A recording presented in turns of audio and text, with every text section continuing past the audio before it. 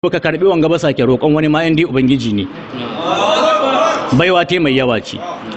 Allah madaukin sarki ya taimake mu. Muna da wata tambaya muhimmiya da ya kamata kowane mutum ya zauna ya saurara domin muhimmancinta. Wani bawan Allah ne ya rubuta takarda. Shin ya za a yi Allah na iya karban tuban shi? Domin ku ya kasance mutum mai yawan kwaɗayi lokacin ƙurciyar shi, to kuma Allah ya jarabce shi bai ba shi arziki ba. Ya ce wata rana sai ya haɗu da wani abokin shi wanda suka yi makaranta da shi tun 1978. Ya ce sai ya faɗa mishi cewa ai ga hanyoyin da bi shi ya yi arziki idan yana so ya bi. Abin tsoro kuma abin mamaki, sai ya kai shi, sai aka azame shi wasu ayyuka waɗanda sai ya aikata su. Idan ya fara kuma ya bari zai mutu, sannan ba za a faɗe su ga baki ɗaya ba, za a faɗa mishi na farko. Na farko aka ce sai ya kwafe alƙur'ani mai girma da jini na al'adar mata.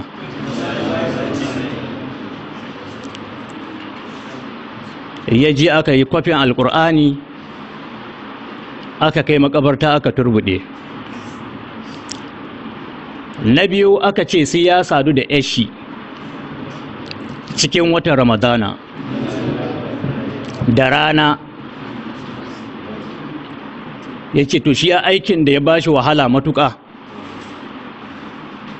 Ya je dai daga ƙarshe ya ba ta magani ta sha, ya zo yi lalacin da ita, kuma daga ƙarshe ta san da cewa ga abin da ya faru gari ta, wanda ya sanadiyar dole ya rabu da mahaifiyarta.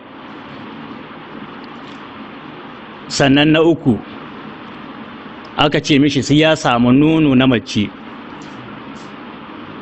mai rai ko matacciya, aka je makabarta aka ɗebo mishi, ya sa ga baki yana tsutsawa yana karanta wasu wurudari da sauransu. Ya ce to waɗannan abubuwan ya aikata su, amma kuma ya samu arziki, ya samu arziki mai yawa. Ya kasance duk abin da ya ɗauko ya sa gaba zai kasance kuɗi gare shi. To amma daga ƙarshe ya ji wa'azi. Akwai wa'azin da muka yi nan na mutuwa, ya ce ya saurare shi ya kasa bacci, rana ta yi ya kasa zama.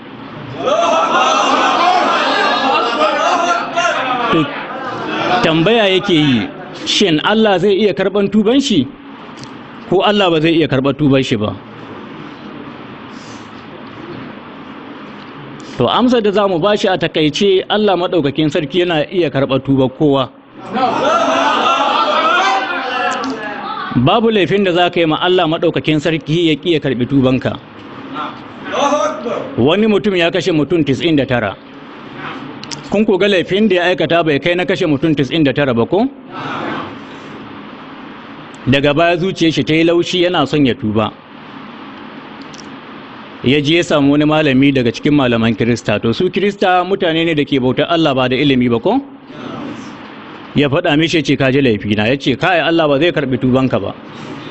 Ya ce a, ya ce to in bai karɓi tuba ta ba bari in kashe ka zama na 100. Ya cika da shi na 100. Ya je ya samu malamai, wani malami daga cikin malaman Yahudu. To sai aka yi dace da shi kuma wannan bawan Allah ne, domin malaman Yahudu suna da ilimi, sai dai su suna take sani ne da gangan.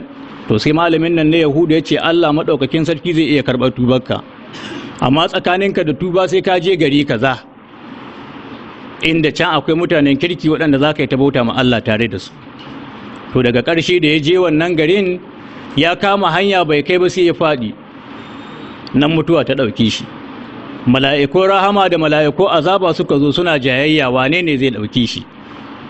To sai gashi Allah ya sa musu wani mala'iki ta surar ɗan adam ya zo ya zama musu mai hukunci.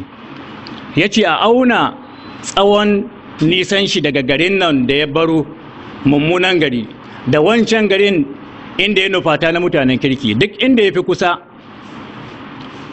to nasu ne. To gashi ya fi kusa ga garin nan da ya baro inda mutanen banza suke. kun ga akwai matsala ko? To domin saboda tuban nan da yi sai Allah ya ce ma wannan garin ya ƙara nisa, shi kuma wancan garin na ƙwarai ya matso kusa. Aka auna sai gashi da taki ɗaya ko gaba ɗaya ya fi kusa ga wancan garin na ƙwarai, mala'iku rahama suka ɗauke shi. Don haka Allah yana karɓar tubar kowane bawa, sai ya kasance idan ya tuba wayannan abubuwan duka na tsafe-tsafe da sauransu ya watsar da su, ya rungumi addini ne ya ci gaba da bauta ma Allah. Allah maɗaukin sarki ya taimake mu. Rabbana atina fid dunya hasana wa fil akhirati hasana wa qina azaban nar. Rabbana la tuzigh qulubana ba'da idh hadaytana wa hab lana min ladunka rahmatan innaka antal wahhab. Alhamdulillahi rabbil alamin arrahmanir rahim maliki yawmiddin. إياك نعبد وإياك نستعين اهدنا الصراط المستقيم صراط الذين أنعمت عليهم غير المغضوب عليهم ولا الضالين سبحان ربك رب العزة عما يصفون وسلام على المرسلين والحمد لله رب العالمين.